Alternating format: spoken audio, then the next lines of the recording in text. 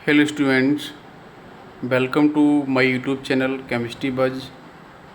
Myself Ashish Bhaskar, senior chemistry faculty of चार्टी group of institution. बच्चों, आज हम स्टार्ट करने जा रहे हैं स्टेट ऑफ मैटर। तो स्टेट ऑफ मैटर को हम लोग इसका जितनी भी इंट्रोडक्शन पार्ट है वो आज हम डिस्कस करेंगे। नेक्स्ट आपका जो गैस लॉ होगा उसको हम लोग नेक्स्ट पार्ट में स्टार्ट करेंगे। तो आज हम स्टार्ट करने जा रहे हैं स्टेट ऑफ मैटर का इंट्रोडक्शन पार्ट। तो स्टेट ऑफ मैटर को हम लोग किस तरीके से समझेंगे, सब लोग फोकस करेंगे ध्यान से। यस बच्चों, तो अब हम स्टार्ट करने जा रहे हैं स्टेट ऑफ मैटर। ठीक, यस, स्टेट ऑफ मैटर। ठीक, तो जो स्टेट ऑफ मैटर है इसको बच्चों हम कैसे समझेंगे। स्टेट का मीन तो आपको समझ में आता होगा। स्टेट का मीन क्या है?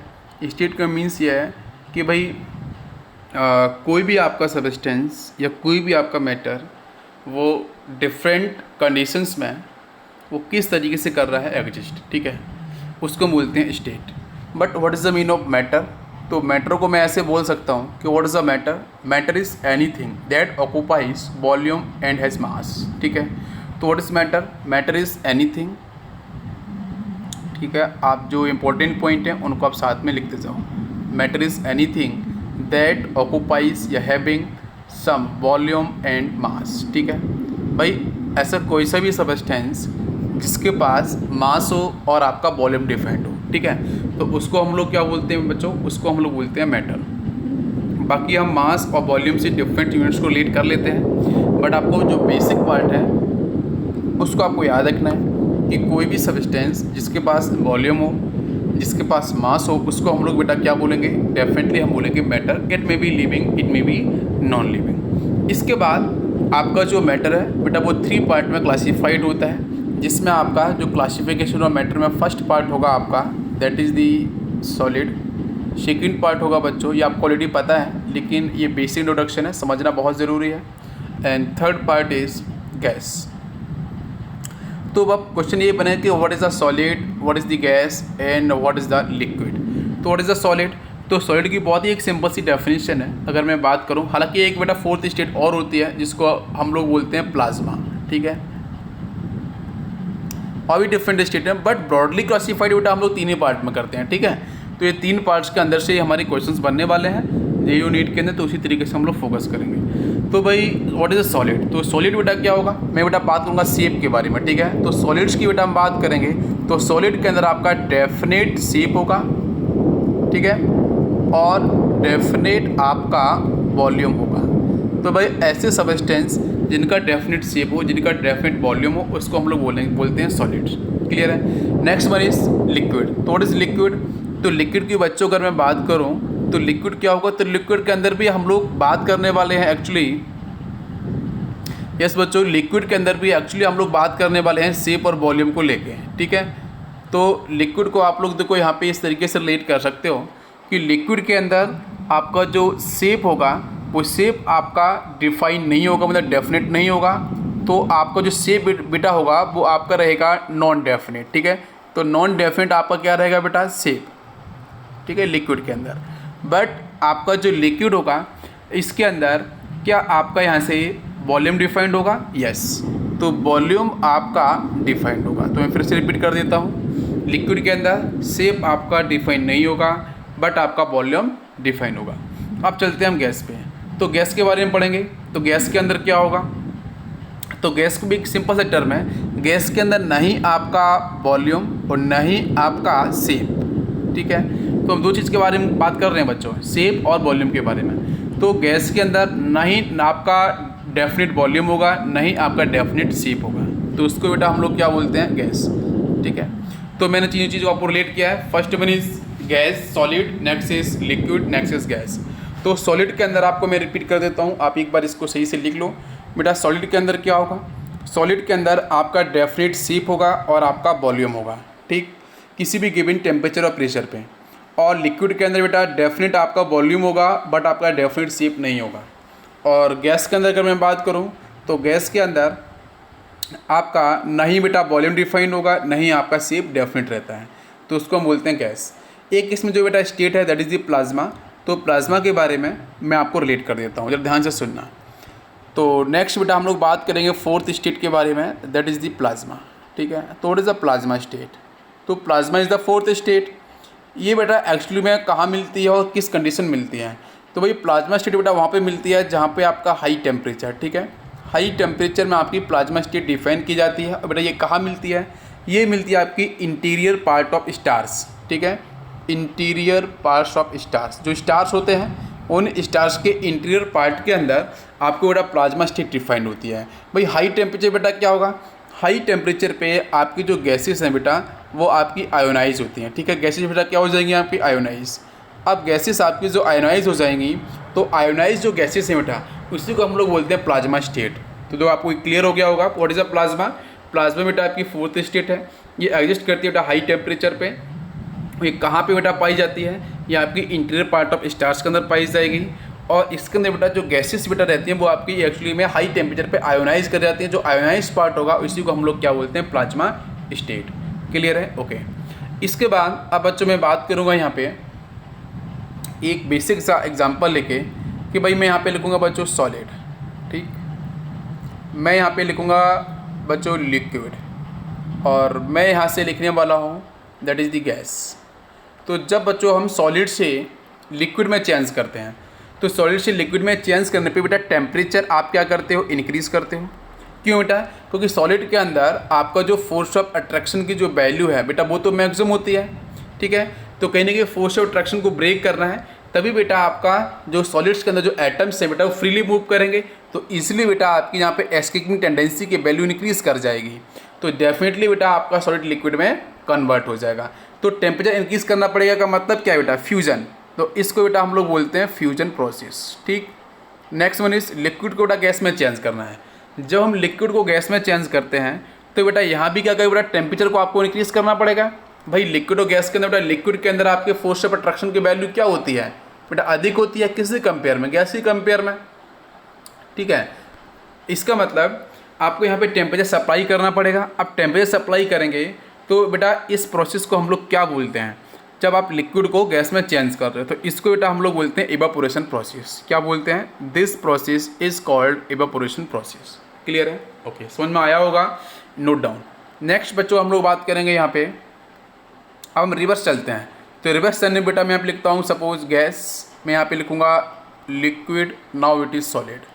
अब बच्चों मैं बोलूँगा कि मुझे गैस से सॉलिड में चेंज करना है और बेटा लिक्विड से सॉलिड में चेंज करना है। जब हम गैस को लिक्विड में चेंज करते हैं तो बेटा यहाँ पे आपको टेम्परेचर बेटा रिवर्स प्रोसेस चल रहा है, तो टेम्परेचर बेटा कैसा करना पड़ेगा? डिक्रीज़। मतलब आपको कूलिंग प्रोसेस, ठीक है, आपको कहीं ना कहीं कूलिंग प्रोसेस आपको फॉलो करना पड़ेगा। भाई गैस को लिक्विड में कन्वर्ट कर रहा है, ओके। तो भाई इस प्रोसेस को हम बोलते क्या हैं? इस प्रोसेस को बेटा हम लोग बोलते हैं that is the condensation process, ठीक है, that is the condensation process. इसके बाद नेक्स्ट हम बात करेंगे बेटा कि आपका जो लिक्विड वाला पार्ट है इसको कन्वर्ट करना है सॉलिड के अंदर। तो ये भी आपका रिवर्स है। जब लिक्विड बेटा आपके सॉलिड में चेंज होता है तो यहाँ भी टेम्परेचर आपको क्या करना पड़ेगा बच्चों? डिक्रीज़ करना पड़ेगा। और इस प्रोसेस को बेटा हम लोग क्या बोलते हैं? Definitely this process is called freezing. क्या बोलेंगे हम लोग? फ्रीजिंग बोलेंगे। तो फिर से मैं रिपीट कर देता हूँ, जब आप गैस को लिक्विड में चेंज करोगे तो इसको बेटा हम लोग बोलते हैं कंडेंसेशन प्रोसेस, जहाँ पे आपको टेम्परेचर को डिक्रीज़ करना पड़ेगा। लिक्विड को बेटा आपको सॉलिड में चेंज करना है तो उसको हम लोग बोलते हैं फ्रीजिंग, जहाँ पे आपको टेम्परेचर डिक्रीज़ करना पड़ेगा, इसलिए मैंने कूलिंग वर्ड यूज किया है। अब एक नया पॉइंट आएगा कि बच्चों यहाँ पे हम सॉलिड को वेपर्स में चेंज करना चाहते हैं, सॉलिड को वेपर्स में चेंज करना चाहते हैं। अब क्वेश्चन तो ये है कि भाई सॉलिड्स को वेपर्स में चेंज करना है, आपको यहाँ पे चेंज नहीं कर रहे हैं लिक्विड फेज के अंदर।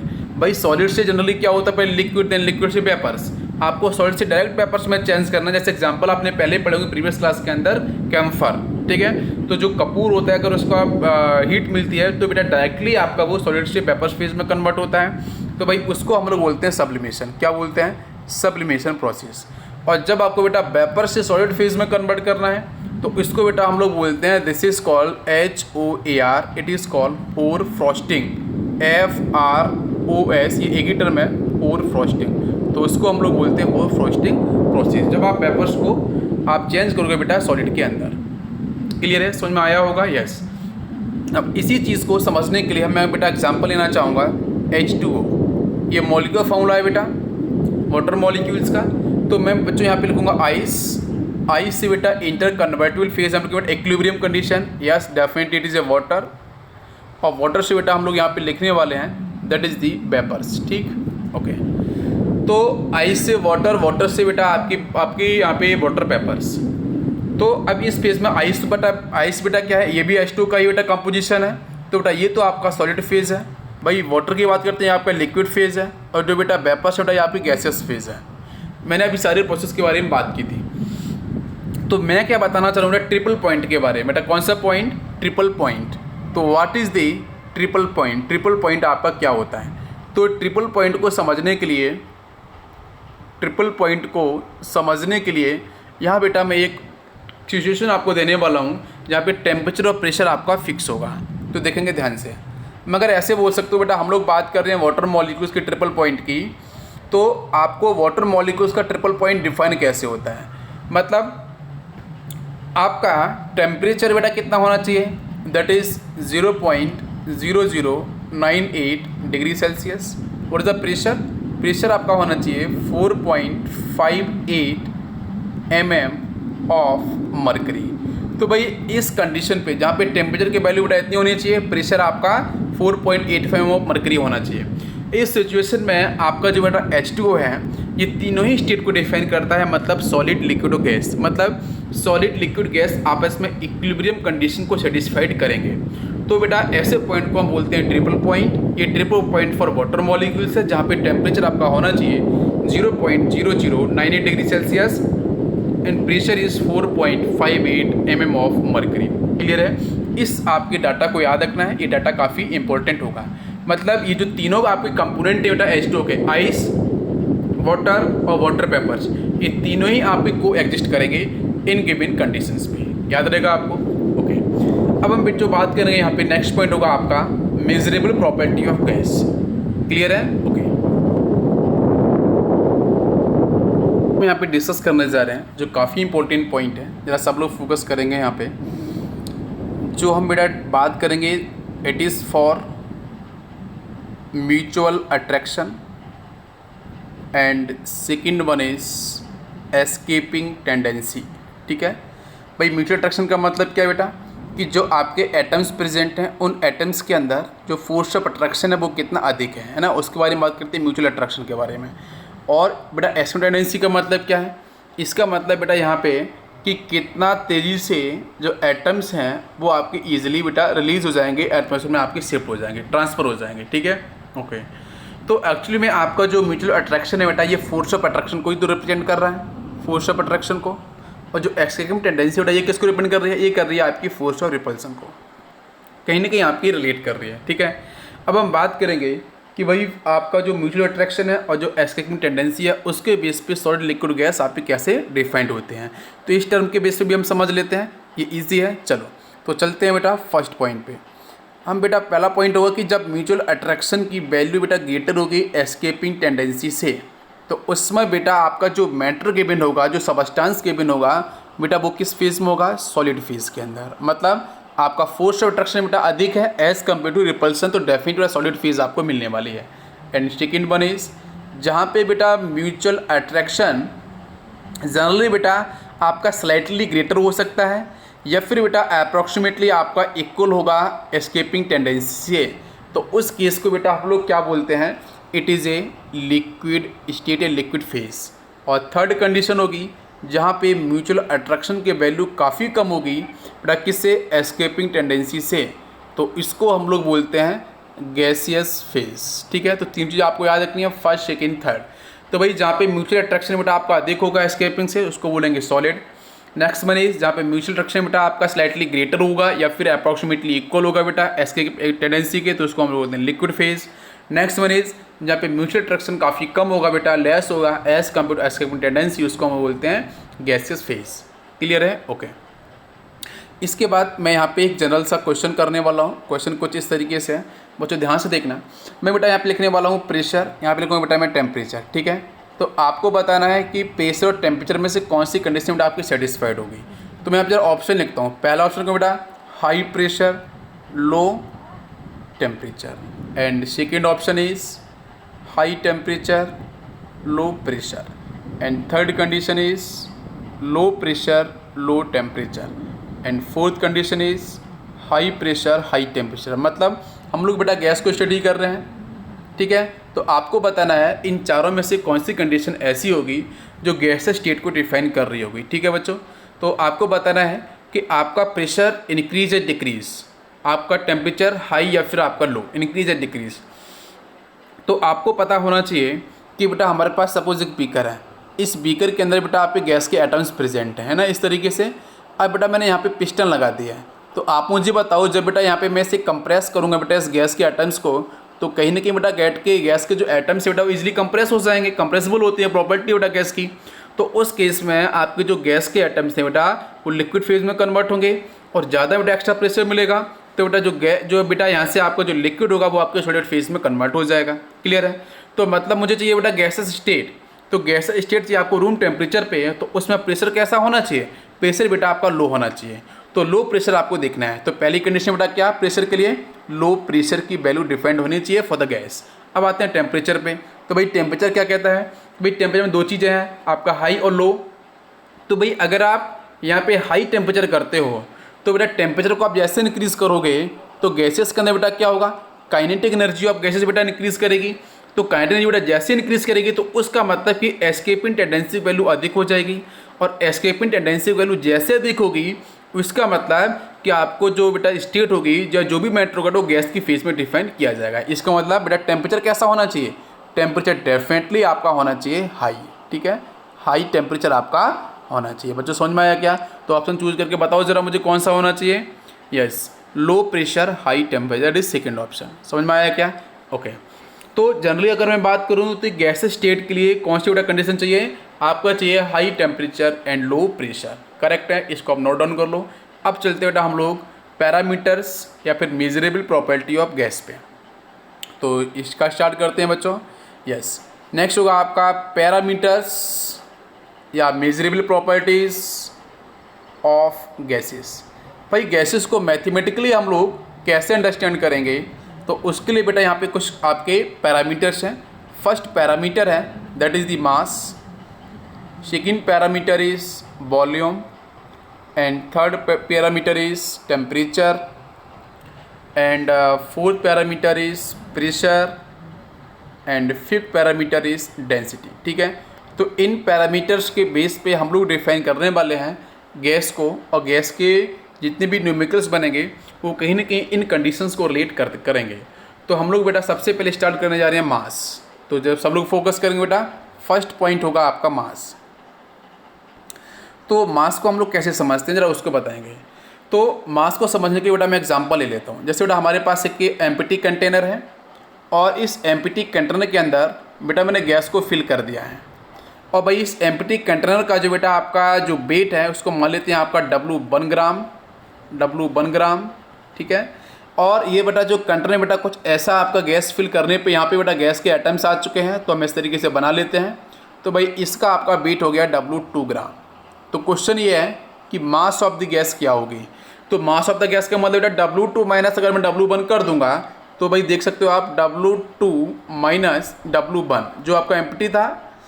तो बेटा यहाँ से देखो जो एम्प्टी माइनस फिल, जो बेटा फिल हुआ है बेटा उसका W2 है, भाई एम्प्टी कितना W1 है, तो W2 माइनस W1 करोगे तो यही बेटा होगा आपका मास ऑफ द गैस। तो डेफिनेटली आपका जो कंटेनर है वो डिफाइन कर रहा है आपकी प्रॉपर्टी ऑफ गैस जो मास को डिफाइन कर रही है। क्लियर है। ओके। इसके बाद नेक्स्ट पॉइंट क्या होगा कि क्वेश्चन के अंदर बेटा आपको मास गिवन होगा गैस का, तो उसमें हम बेटा रिलेट करते हैं नंबर ऑफ मोल्स के साथ। ठीक है। तो number of moles is equal to, अगर क्वेश्चन के अंदर मास ऑफ गैस गिवन है तो बेटा आपका जो मास होगा गैस का वो ऊपर आ जाएगा, डिवाइड बाई नीचे क्या होगा बेटा मोलर मास या फिर आपका मॉलिक्यूलर मास। तो ये बेटा मास किस में डिफाइन होना चाहिए, मास या आपका ग्राम में डिफाइन होगा। अगर क्वेश्चन के अंदर बेटा नंबर ऑफ मॉलिक्यूल्स निकालना है और आपको वॉल्यूम दिया है STP पे, तो BL डिवाइड बाई 22.4। अगर क्वेश्चन के अंदर आपको दे रखा है नंबर्स पार्टिकल्स का, तो N डिवाइड बाई N है। ठीक है। तो इस तरीके से आप लोग फॉलो करना। अगर STP बेटा नहीं है आपका तो उस केस में PV इक्वल टू इनर्टी को हम लोग फॉलो करेंगे। क्लियर है। तो ये बेटा मैंने बात की है मास के बारे में। अब मैं यहाँ पे बात करना चाहूँगा नेक्स्ट पॉइंट होगा आपका वॉल्यूम ऑफ गैस। तो चलते हैं नेक्स्ट पॉइंट को समझने के लिए, that is the volume of gas. तो वॉल्यूम ऑफ गैस अगर मैं ऐसे लिखूँ बच्चों कि वॉल्यूम ऑफ गैस एक्चुअली में है क्या, तो वॉल्यूम, मैं एक लाइन में बोलूँ तो वॉल्यूम ऑफ कंटेनर, ठीक है भाई, जिस भी कंटेनर या बीकर के अंदर जो गैस बेटा फिल करी रखी जा रही है ना, फिल करी जा रही है, तो उस कंटेनर का बेटा जो वॉल्यूम होगा वही वॉल्यूम बेटा गैस का वॉल्यूम होगा, ऐसा हम बिल्कुल बोलेंगे। तो इसको हम डिफाइन कर सकते हैं, लिखो आप ध्यान से, gas occupies the volume of container they are kept in. मतलब जिस कंटेनर में आप रखोगे बेटा गैस को, रखी गई है, तो उस कंटेनर का जो वॉल्यूम है वही वॉल्यूम बेटा गैस का डिफाइंड हो जाएगा। क्लियर है? ओके। इसको समझने के लिए मैं एग्जांपल लेता हूँ, ज़रा मुझे ध्यान से आप बताना। एग्जांपल कुछ ऐसा है, जैसे बच्चों मान लो हमारे पास ये कंटेनर है इस तरीके से, भाई इस कंटेनर के अंदर बच्चों मान के चलो मैंने यहाँ पे लिक्विड फेज मैंने इस तरीके से फिल कर दिया, और भाई इसका वॉल्यूम बेटा आपका कैपिटल बी है, और बेटा जो लिक्विड फेज बेटा मैंने फिल किया है इसका वॉल्यूम बेटा सपोज आपका स्मॉल एक्स है, तो भाई ये बेटा वॉल्यूम कितना बचेगा, तो ये बचेगा आपका बी माइनस एक्स। और इसमें बेटा मैंने जो भी गैस मैंने इसके अंदर फिल की है, ठीक है, जो भी गैस मैंने इसके अंदर फिल की है, तो आपको बताना है गैस कितने वॉल्यूम को ऑक्यूपाइड करेगा। तो भाई जो नीचे वाला जो बेटा वॉल्यूम है, इस वॉल्यूम गैस ऑक्यूपाइड नहीं करेगा। देखो ध्यान से, जो ये जो आपका नीचे वाला वॉल्यूम है, ये जो आपका नीचे वाला वॉल्यूम है, इस वॉल्यूम को आपका गैस ऑक्यूपाइड नहीं करेगा। भाई इसको ऑलरेडी ऑक्यूपाइड बेटा कौन कर चुका है, लिक्विड कर चुका है ना, या फिर आपका सॉलिड कर चुका है। तो जो अपर सरफेस होगा, इसी सरफेस को या इसी पार्ट को बेटा आपका सिर्फ से बेटा ऑक्यूपाइड कौन करेगा, गैस करेगा। इसका मतलब भाई गैस का वॉल्यूम कितना होगा, that is the B minus X. तो हमेशा आपको ऐसा नहीं बोलना है कि भाई कंटेनर का जितना वॉल्यूम है वही वॉल्यूम गैस का बेटा होगा, नहीं, ऐसा नहीं है। वो आपकी डिफरेंट सिचुएशन के अकॉर्डिंग भी आपको ऑप्शंस को, आपको क्वेश्चन को देखना पड़ेगा। अब चलते हैं हम लोग नेक्स्ट क्वेश्चन पे। तो नेक्स्ट क्वेश्चन कुछ इस तरीके से है, भाई फिर से एक बनाते हैं बेटा यहाँ पे हम कंटेनर, और भाई इस कंटेनर का बेटा आपका वॉल्यूम बेटा मान लेते हैं कि सपोज 1000 सेंटीमीटर क्यूब, ठीक है बच्चों। और इसके अंदर बच्चों मैंने फिल कर दिया है H2 गैस, मैंने फिल किया है O2 गैस, और मैंने बेटा यहाँ पे फिल कर दिया आपके N2 गैस, या और भी गैस आप फिल कर सकते हो। तो क्वेश्चन ये बनेगा कि भाई एक चीज़ यहाँ पे और एज्यूम करनी पड़ी, क्या एज्यूम ये करना पड़ेगा, अगर क्वेश्चन में गिवन है कि गैसेस आपकी नॉन रिएक्टेड है तो कोई बात ही नहीं है, अगर क्वेश्चन में नहीं गिवन है तो आपको नॉन रिएक्टेड के बेस पे ही सॉल्व करना है, ठीक है। तो यहाँ पे बेटा क्वेश्चन में ऐसे डिफाइंड होगा कि डू नॉट रिएक्ट। भाई इसका मतलब क्या है कि गैसेस आपकी रिएक्ट नहीं कर रही हैं आपस में। तो उस केस में क्वेश्चन ये होगा कि भाई वॉल्यूम ऑफ H2 गैस क्या होगा, वॉल्यूम ऑफ O2 गैस क्या होगा, और वॉल्यूम ऑफ N2 गैस क्या होगा। तो बच्चों याद रखना, ऐसा नहीं है कि भाई ये गैसेस हैं तो गैसेस में बेटा इनके मॉलिक्यूल्स इजीली आपको मूव करेंगे कंप्लीट बेटा आपके कंटेनर के वॉल्यूम के अंदर स्पेस में। तो भाई ये आपके जो वॉल्यूम ऑफ H2 होगा बेटा वो डेफिनेटली 1000 ही सेंटीमीटर क्यूब होगा, O2 भी आपका यही होगा, और N2 की वैल्यू भी आपकी यही होगी। मतलब सेम आपका वॉल्यूम डिफाइंड होगा, है ना। डिफरेंट गैसेस जो भी आपकी फिल हैं वो आपका इस तरीके से आप देख सकते हो। क्लियर है? तो ऐसे भी क्वेश्चन बन सकते हैं। अब बेटा हम लोग चलते हैं नेक्स्ट इसके यूनिट्स पे कि what is a unit conversion. तो चलेंगे हम लोग यूनिट कन्वर्जन पे, ठीक है। तो यूनिट कन्वर्जन के अंदर हम लोग देखने वाले हैं डिफरेंट यूनिट्स को, और इसके बेस पे किस तरीके से आपको चीज़ें सॉल्व करनी होंगी। तो चलते हैं बेटा फर्स्ट पॉइंट पे। तो पहला पॉइंट है आपका litre is equal to decimetre cube, yes. Second one is 1 metre cube is equal to 1000 litre is equal to 1000 decimetre cube. Clear है बच्चों? इज इक्वल टू 10 पे पावर आपका 6 हो जाएगा, yes. Centimetre cube is equal to 10 पे power बेटा 6 ml, ठीक है। इंपॉर्टेंट यूनिट से कन्वर्जन है, आपको याद रखनी है, नोट डाउन, यस। इसके बाद अब मैं बात करूँगा बेटा डिफरेंट और यूनिट्स को लेके। तो 1 लीटर इज इक्वल टू बेटा क्या, 1 डेसीमीटर क्यूब होता है, बिल्कुल।